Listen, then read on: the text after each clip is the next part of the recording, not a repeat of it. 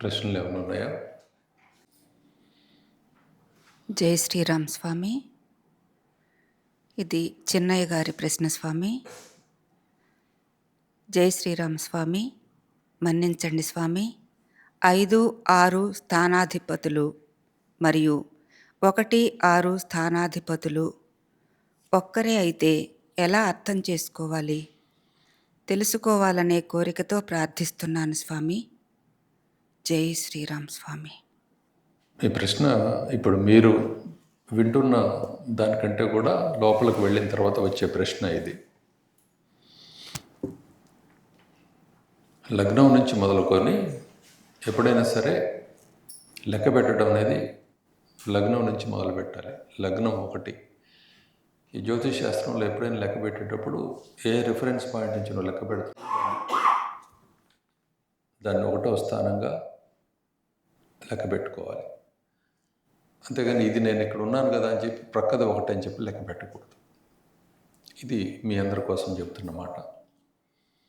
ఇప్పుడు ఈ చిన్నయ్య గారు అని ఆయన అడిగారు, 5, 6 స్థానాధిపతులు 1, 6 స్థానాధిపత్యం ఇది ఎక్కడ సంభవిస్తుందంటే ఈ స్థితి ఒకటి కన్యా లగ్నానికి 5, 6 స్థానాధిపతులుగా ఒక్క శనికి మాత్రమే ఆధిపత్యం వచ్చింది. అదేవిధంగా 1, 6గా వచ్చేటప్పుడు వృషభ లగ్నానికి ఈ స్థితి సంభవిస్తుంది. మీకు ఇవన్నీ తర్వాత చెప్పడం అవుతుంది. అయినా ఈ ప్రశ్నకు సమాధానం చెబుదామని చెప్పి చెప్తున్నాను నేను. ఈ సందర్భాల్లో వృషభ లగ్నాన్ని తీసుకుంటే శుక్రుడు ఆయన ఉన్న స్థితిని బట్టి ఆ పాపత్వం కూడా ఆయనకు వస్తుంది. పైగా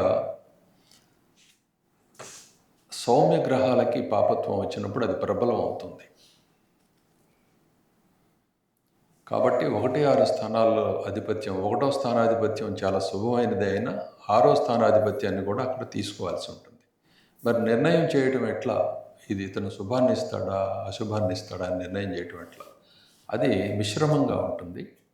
అయితే అధిక శుభాన్ని ఇస్తున్నాడా పాపాన్ని కూడా ఇస్తున్నాడా అని చెప్పేనే దీన్ని తెలుసుకోవడం కోసం ఒక లగ్నాన్నే కాకుండా ఆరూఢ లగ్నాన్ని, కారకాంశ లగ్నాన్ని, కారకుణ్ణి, భావాధిపతిని వీళ్ళందరినీ బేరీజు వేసుకొని వాళ్ళ పొజిషన్స్ని బట్టి నిర్ణయం చేయవలసి ఉంటుంది. ఇది సబ్జెక్ట్ క్రమంగా మనం చెప్పుకుంటాం కాబట్టి దీని గురించి అక్కడ వినవచ్చు. వ్యక్తిగతంగా సంశయాలు ఉంటే కనుక అంతకుముందు మీరు ఎంతవరకు నేర్చుకొని ఉన్నారో ఏమిటో తెలియకుండా సమాధానం చెప్పడం అనేది అంత సరైన పద్ధతి కాదు. ఇది సంగతి. మీరు చూడదలుచుకుంటే మీకు శాస్త్ర పరిచయం ఉన్నట్లయితే ఆరూఢ పదం నుంచి ఏ భావాన్ని తెలుసుకోదలుచుకుంటున్నారో ఆ భావపదం ఎక్కడ పడిందో దాన్ని అనుసరించి ఒక నిర్ణయం చేయవచ్చు ఈ కన్ఫ్యూజన్ ఉన్న తావుల్లో. అదేవిధంగా కారకాంశ లగ్నం నుంచి గ్రహాలు ఏ ఏ ప్రదేశాల్లో పడ్డాయో, ఏ ఏ ఇళ్లల్లో పడ్డాయో దాన్ని బట్టి నిర్ణయం చేయవచ్చు.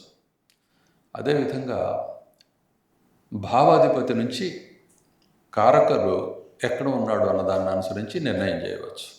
అదేవిధంగా కారకుడి నుంచి ఆ భావము